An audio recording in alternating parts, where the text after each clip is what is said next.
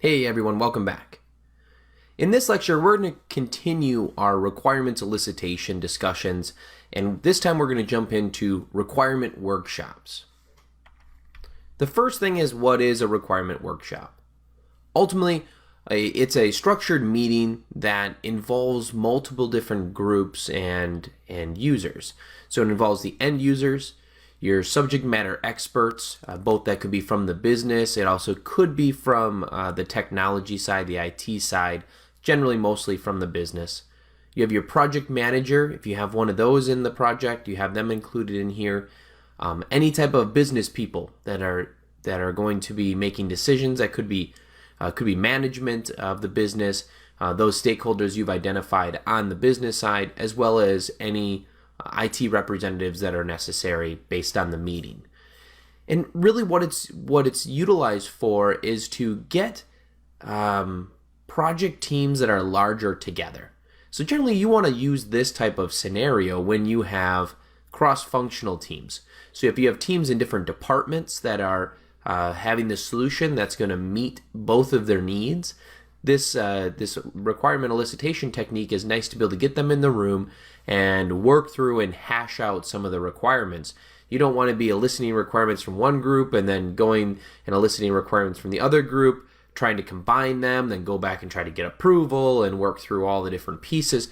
It's just a lot of back and forth. This type of elicitation techniques pulls those groups together and allows you to ask the question to get both sides, verify and validate that the requirements don't conflict each other, and come to a consensus much quicker.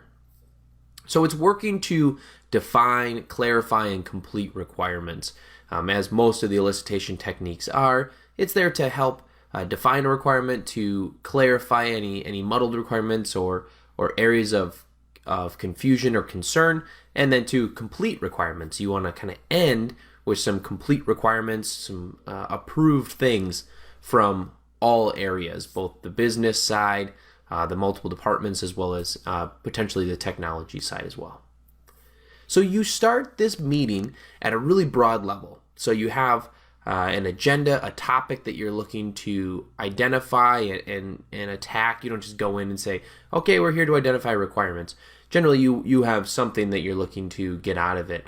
And it could be understanding the overall needs of the system potentially. That's kind of a broad topic, but you want to start out with a broader topic and then start diving into the individual pieces. So take that broad topic and start sectioning it off and working through to define the requirements for individual pieces. And this, with the group in there, you can start to dive into those actual details and make decisions. We learned in the brainstorming elicitation, you're not really coming up with the final requirements, right? You're just more getting ideas and you're not diving into the details. Requirement workshop is the exact opposite. You should be diving into the details. You should be coming down and making some decisions based on the information that's gathered. What are the different types of requirement workshops? So there's a few different types. A lot of it's more around what you're looking to gather and the type of project you have. The first type is a formal requirements workshop. So this is a highly structured and formal meeting where you invite the stakeholders, you have a really strict agenda that you're looking to follow, and you're having a formal sit-down meeting that you're going to discuss these requirements. You also have a carefully selected group of stakeholders. You want to make sure that you're adding people that have value and that are going to provide good input to the project and to this particular requirement discussion without derailing it. So you want to make sure you're inviting the right people to this meeting. And with the formal requirements workshops, you're defining, creating, refining, and reaching closure on business requirements. Ultimately, what that means is you're identifying, validating, clarifying, and finalizing some requirements and getting those documented in the requirements document. That's the most common workshop from my expertise. The one that I've utilized the most is definitely more of a formal requirements workshop. I tend to take more of a little bit more of an informal approach just because of my natural style as a business analyst, but that just means that the meeting's a little bit more It's still a structured meeting, it's still a formal meeting, but it's a little bit, how do I say, it's a little bit more relaxed, and we have a clear agenda that we're looking to adhere to, but I'm kind of running in, it's just a little bit more relaxed style. So that's the one that I utilize most of the time. But we'll talk about the others, as they are ones that I have utilized in the past, but not as often. So the next one is the business process improvement workshop. This one, you're actually diving into a specific process. It could be their as-is process. It could be you could be diving into their as-is process, and you're working to help mold that into the to-be process. And so you have them in the room, and you're going to be doing, you're going to be working through and identifying what those process improvements are. Most of the time, I've done this as what I call a post-it note meeting. And in case you're not familiar with that, you get everybody into a room and you have post-it notes where you're writing the processes down, and ultimately that's your action or event within that process. And so you write the action or event on there and you stick it on the board. And then you say, okay, what do you do next? And you put that on the board. So ultimately on the board, what you have is this kind of process flow out of the post-it notes. And then you're able to move them around. If people aren't agreeing, you can move them around without having to erase or redraw anything. It's very easy to move them around. Then you can take that and start to define where the problem areas are and start to work through that and identify potential process improvements from that discussion.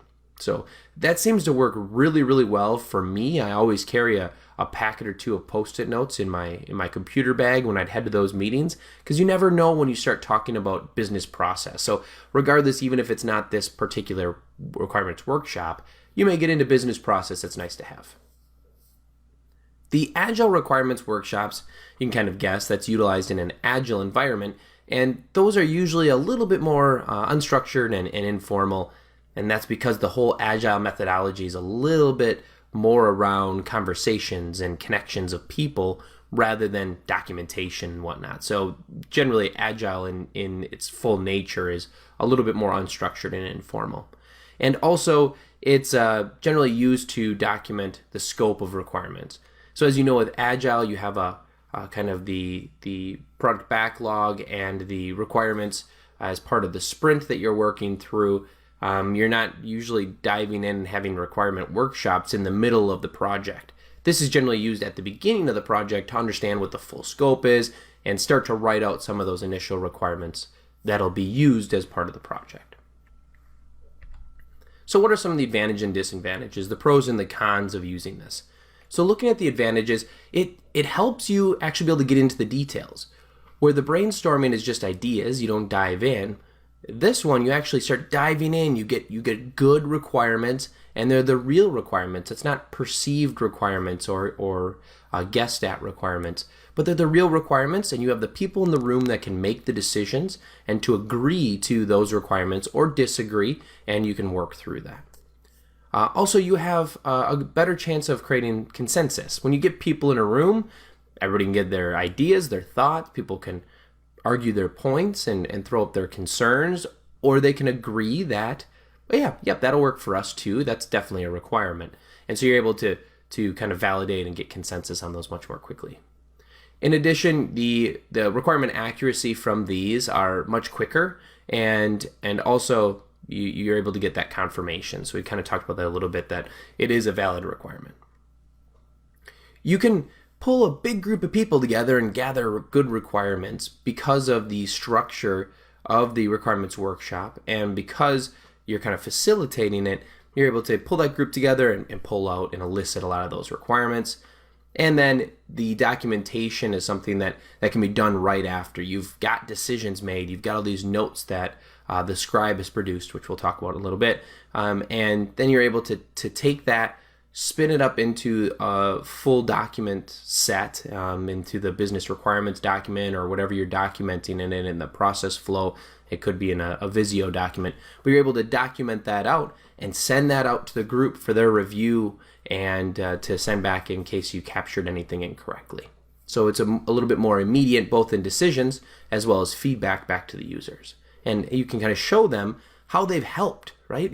You spent time here and we appreciate it because you're able to help us make these decisions. And that's how it's nice for users to realize, or for any type of stakeholder really, to realize that they've added value to the process. So what are some disadvantages? Well, it's hard to get the right stakeholders in the room at the same time. And this goes for any type of meeting. You're pulling in a lot of different stakeholders from a lot of different divisions, departments, levels. To be able to get all of them available for an hour or 2 hours to have a requirements workshop is difficult. So that's one thing that's a little bit harder. Also, there's some logistical issues. So if you have everybody in the same building or location, hey, it's a lot easier to have this workshop, right? You all sit around a table and able to hammer things out and have a whiteboard. What happens if you have a global team or a team that's separated by many miles? Now you have to try to do kind of an on-site or virtual workshop, and that definitely poses some challenges. There are some great tools. I've done a couple WebEx ones where you actually can, go to meetings where you can actually have users write and give their input right on the screen. But it tends to get a little messy, but you can do it. It's just a little bit more difficult, and it's harder to recognize when people want to talk without a camera. And in this case, we didn't have cameras for the individuals. So it gets a little bit challenging if all the users aren't in the same location.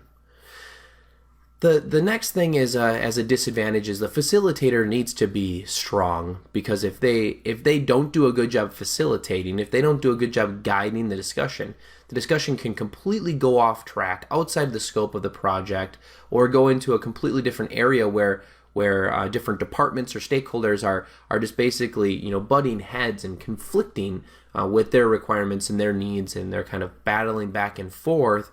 And if the facilitator isn't there to help kind of streamline that, push that aside, negotiate it, whatever needs to happen to kind of solve for that conflict, you're going to end up wasting everybody's time, and you're not going to get the level of requirements that you wanted to out of this. And also, this can be expensive. Getting everybody in a room for an hour or two can be expensive for a company to do that, especially with all these different stakeholders and the levels and the different services they provide. So those are the advantages and disadvantages of workshops.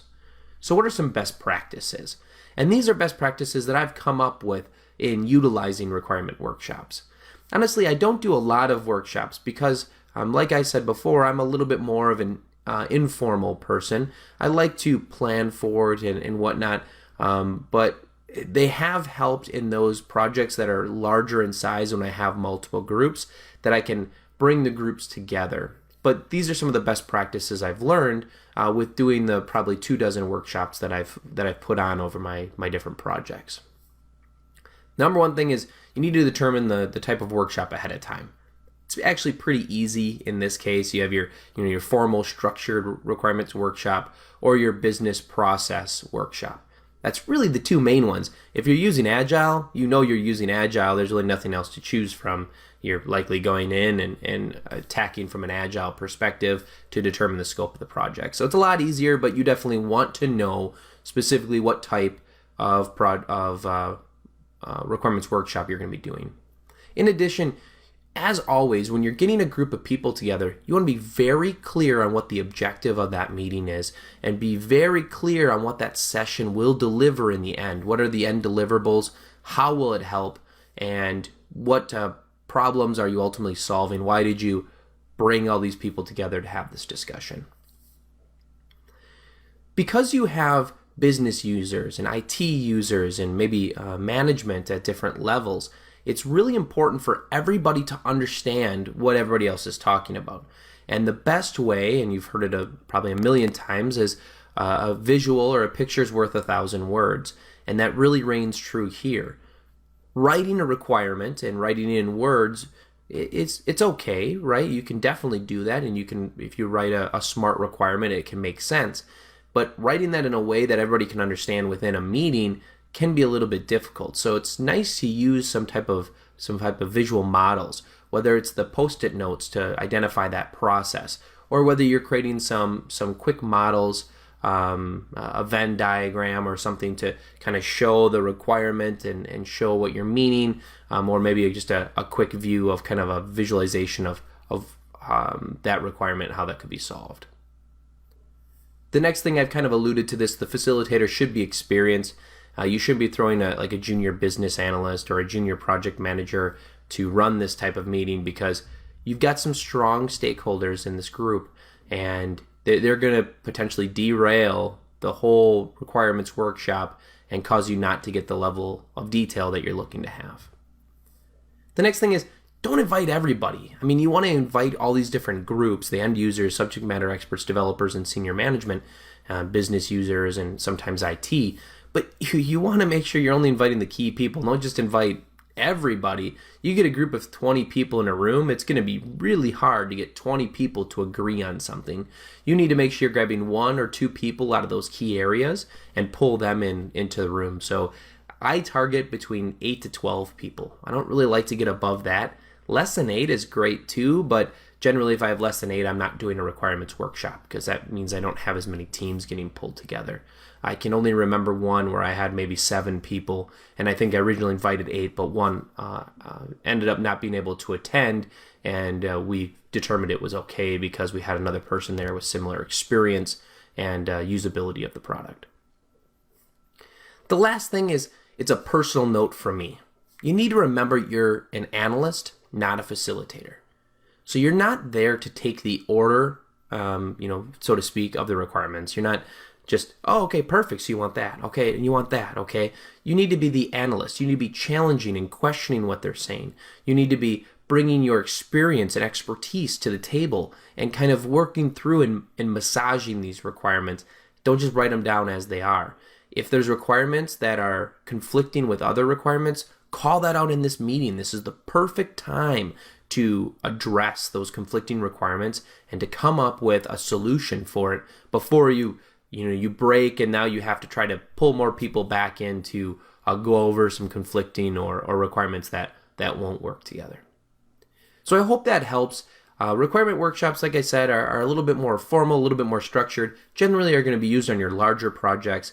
I prefer a lot of other elicitation techniques over them, but they are very popular in different industries, so I want to make sure you're familiar with them and understand how to use them. So I hope that helps, and I'll see you in the next lecture.